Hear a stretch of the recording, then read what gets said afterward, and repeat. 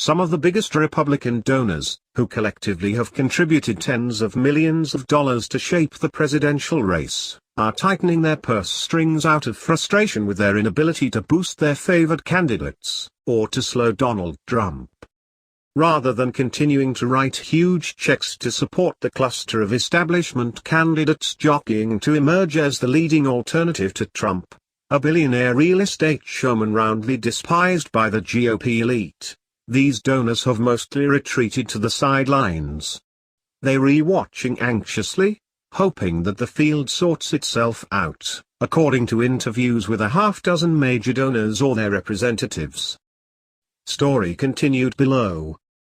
Many of the donors are urging the deep-pocketed groups they've already funded to begin spending against Trump, even as some recognize the potential for such spending to backfire, and are increasingly questioning the efficacy of big-money advertising campaigns more generally. It's unbelievable. I mean, Jeb Bush spent $42 million in New Hampshire? What did he get for it? Said billionaire GOP megadonor Stan Hubbard, a Minnesota media mogul. It's frustrating. Hubbard and his family initially supported Scott Walker's now aborted campaign for the GOP nomination, donating more than $105,000 to the various committees supporting the Wisconsin governor. He was seen as a leading contender to unite the party's conservative and business-centrist factions, but he never caught on, despite $24 million in super PAC support.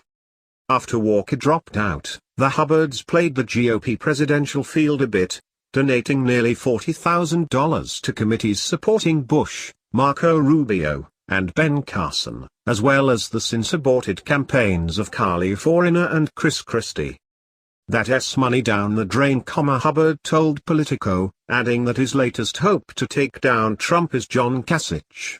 Hubbard and his wife each gave the maximum $2,700 contribution to the Ohio governor's campaign for the nomination after he came in second in Tuesday's New Hampshire's primary. While Kasich finished well behind Trump, the showing was enough to attract interest from a handful of megadonors who had previously supported other GOP candidates. Home Depot founder Ken Lang-on, who previously had donated $250,000 to a super PAC supporting Christie, declared his support for Kasich and began calling other megadonors, including Hubbard, to make the pitch. Guess what, Ken? You and I are on the same page, Hubbard said. He told Lang-on.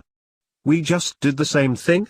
Send money to Kasich. But Hubbard said he planned to wait to see how Kasich did in the upcoming primaries before writing a check to his super PAC, and fundraising sources said that's the way that many free agent GOP megadonors are approaching the tumultuous primary. Most donors are sitting tight not knowing what to do, said one top GOP fundraiser. Rubio was close to coalescing support from the elite donor class, the fundraiser said, until his widely panned debate performance in New Hampshire primary and subsequent fifth-place finish in the state's primary. If he had finished second in New Hampshire or even a really close third, it would be a three-man race between Trump, Cruz, and Rubio, said the fundraiser. If Rubio pulls it back together and gets on a minor roll in South Carolina, I think he can relatively quickly come back. Not because there is such a deep loyalty to him from donors, but because they are so worried and desperately want someone to step forward to take on Trump. Several donors expressed frustration that the establishment candidates and the super PACs supporting them spend considerable time and money attacking one another, and not Trump, in the run-up to the Iowa caucuses and New Hampshire primary. Perhaps as a result, many donors who supported candidates who have since dropped out appear inclined to wait until after the February 20 South Carolina primary to pick a new horse. Wisconsin roofing billionaire Diane Hendricks, who gave $5 million to a pro-Walker super PAC and is being hotly courted by supporters of both Rubio and Ted Cruz, intends to wait until the cluster of primaries and caucuses on March 1, Super Tuesday, before backing another candidate, said sources familiar with her plans. Wyoming mutual fund pioneer Foster Fress, who supported Rick Santorum, This Week told Politico. Presumably with tongue planted in cheek. I am still in the fetal position in my bed where I probably will be for the next 30 days after Rick's decision to drop out. He added on a more serious note that he is not interested in backing candidates or groups training their fire on GOP rivals. I want to try to play a conciliatory role. For us to win in November, all of these warring factions must kiss and make up. Fress said. I have huge respect for the efforts all the candidates are extending, but only wish they would direct their attacks toward the goofy Democrat ideas rather than a circular firing squad. Arkansas poultry magnate Ronnie Cameron, who donated $3 million to a super PAC supporting former Arkansas Gov. Mike Huckabee's since aborted presidential campaign, said he had no immediate plans to give to any of them. Maybe after South Carolina, Cameron told Politico, though he added he may not do anything else with super PACs for the rest of the cycle. GOP megadonor John Jordan, who decided to support Rubio after Walker, his first choice, dropped out, predicted that one of the remaining establishment candidates would emerge from the PAC on March 15, when a handful of delegate-rich states hold primaries. One of them will do better than the other, and it will be impossible for the relative loser to make the case to donors that he should continue, he told the Associated Press. Pointing specifically to Bush and Rubio, the former governor and current senator, respectively, from Florida, which is among the March 15 states. He said donors will simply move to whoever wins that state, and it will happen nearly instantly. But some donors worry that, by then, Trump might be unbeatable.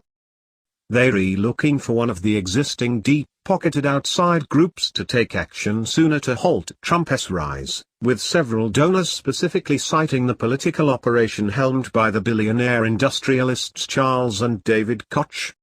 At its winter gathering of major donors a couple weeks ago in Indian Wells, California, operatives floated the possibility of launching an anti-Trump campaign, according to sources who attended. They said donors were mostly receptive.